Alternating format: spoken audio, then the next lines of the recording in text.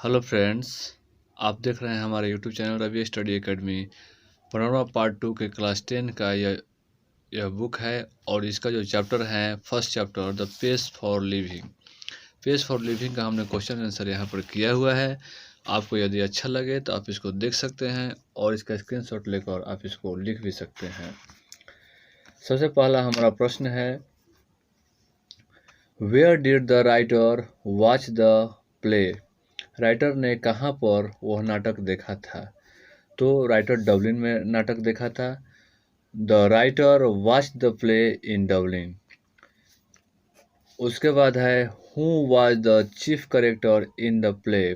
इस नाटक में यानी उस नाटक में जो राइटर ने देखा था, उस नाटक में जो मुख्य कलाकार थे या पात्र था वो कौन था? The chief character in the play was the elderly corn merchant. वो पुराना यानी वृद्ध अनाज व्यापारी था। थर्ड क्वेश्चन है, does the writer dislike rapid movement in every field? क्या जो आर.सी. हचिंसन थे, जो राइटर थे, इस कहानी के जो लेखक हैं, वो प्रत्येक फील्ड में तेज बदलाव चाहते थे? उनको नापसंद था? No. Does the writer dislike rapid movement in every field?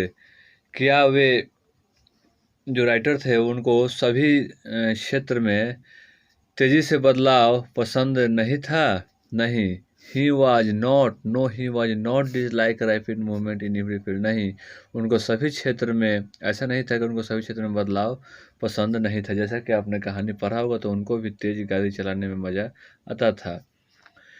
Next question है, in which situation does the writer find himself in the cinema? किस परिस्थिति में सिनेमा हॉल में राइटर अपने आप को किस परिस्थिति में पाता है? When he goes to cinema he finds himself in hopeless fog. जब वो पिक्चर देखने जाते हैं अपने पत्नी के साथ तो वो उनको लगता है कि हम एक घने कोहरों के बीच में खो गए हैं, या अर्थात उनको कुछ समझ में नहीं आता है पिक्चर, इसीलिए तो अपने पत्नी से बार बार पूछते हैं। नेक्स्ट क्वेश्चन है 5, how does the writer classify himself as a thinker? Writer अपने आप को किस रूप में वर्गीकृत करता है, यानी अपने आप को कैसा बताता है? The writer classify himself as a slow thinker, यानी अपने आप को बताता है कि मैं बहुत ही मंदबुद्धि हूँ या धीमे सोचने वाला व्यक्ति हूँ। चलिए अब हम लॉन्ग क्वेश्चन आंसर की तरफ रुख करते हैं। C1 में है लॉन्ग क्वेश्चन आंसर, यहाँ पे आप दे सकते हैं। ये है, right a few sentences about the elderly corn merchant. वो बुजुर्ग अनाज व्यापारी के बारे में आपको कुछ सेंटेंसेज लिखना है, कुछ वाक्य लिखना है।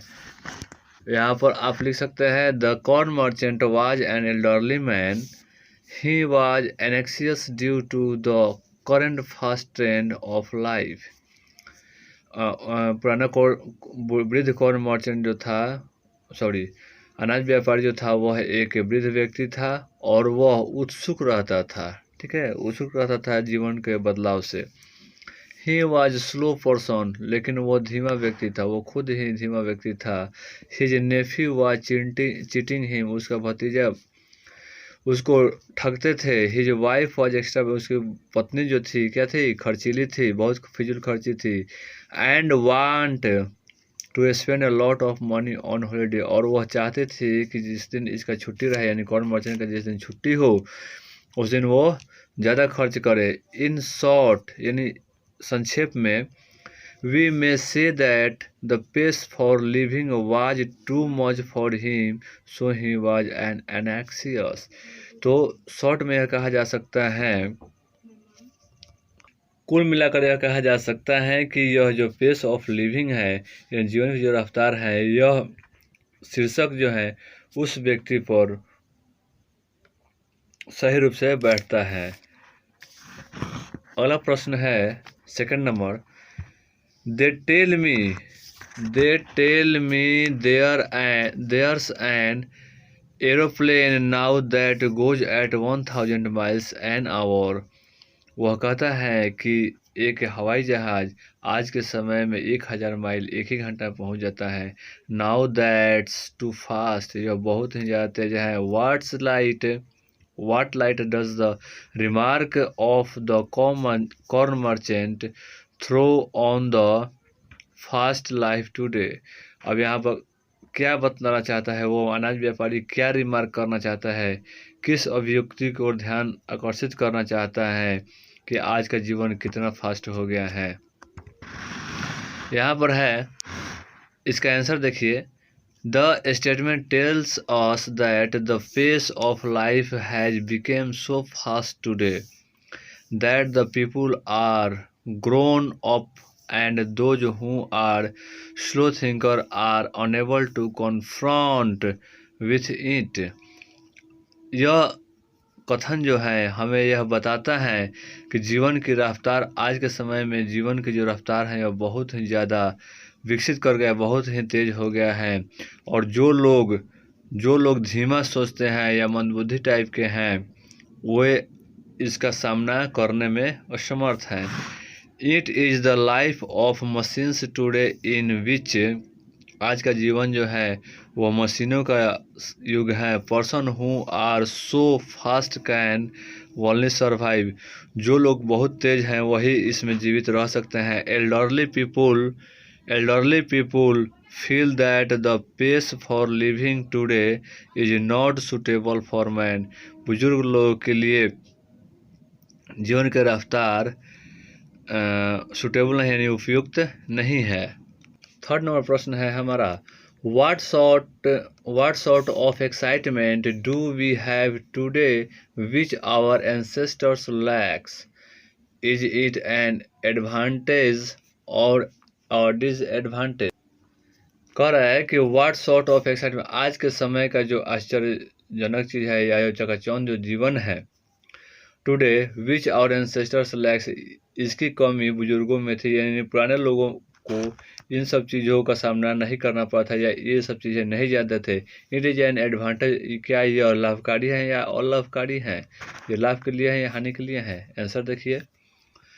Today we have excitement of fast going life, हमें यह आश्चर्य है कि आज का जीवन जो है बहुत तेज चल रहा है। We can enjoy different experience and pleasures in a short time today, हम लोग जो हैं बहुत तरीक़ा से जीवन का आनंद लेते हैं और बहुत ही हमें अनुभव हो जाता है कम समय में।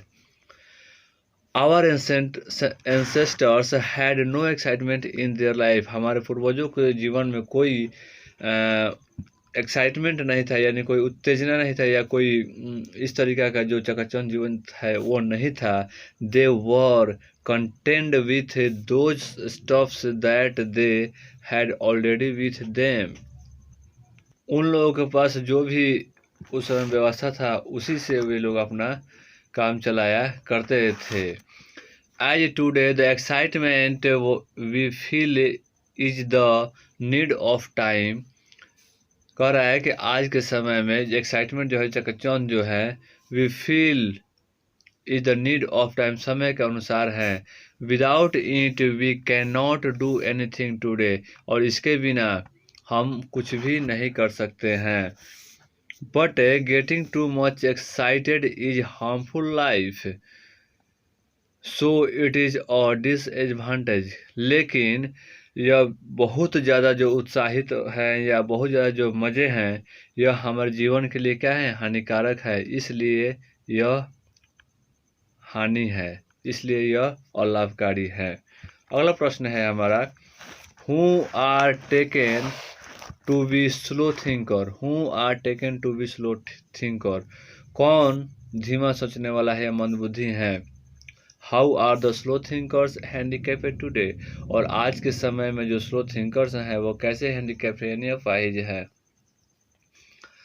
आंसर है, आवर एंसेस्टर्स और there might be some tribes who are taken to be slow thinkers, कह रहे हैं कि हमारे पूर्वज या जो लोग जो उस कबीले के लोग हैं जो कि स्लो सोचते हैं, ठीक है, टेकन टू बी थिंकर्स इस पाठ में जो लिए गए हैं, the slow thinkers can not complete in today's race of life because everything is running very fast. Slow thinkers यानी धीमा सोचने वाले लोग आज के जीवन में बराबरी नहीं कर सकते हैं, आज के दौर की बराबरी नहीं कर सकते हैं, आज के जीवन का जो रेस है उसको बराबरी नहीं कर सकते हैं, क्योंकि सभी चीज़ें जो हैं वो बहुत तेज चल रही हैं। उसके बाद है the slow thinkers are granted to get the lowest marks in any intelligent. कह रहा है कि स्लो थिंकर जो है उनको मैं गारंटी देता हूँ कि वो बहुत ही कम मार्क्स लाएंगे कोई भी बुद्धिमत्ता की परीक्षा में। Because all these test today are designed to measure the speed of our mind more than anything else. कह रहा है कि क्योंकि आज का जो भी टेस्ट है, जो भी जांच एग्जाम्स हैं, जो भी परीक्षा है, उसको डिजाइन किया गया है, उसका प्रारूप इस तरीके से बनाया जाता है कि वो हमारे दिमाग के स्पीड को, गति को मापे और बाकी चीज़ों के अलावा। So much slow thinkers are taken to be handicapped.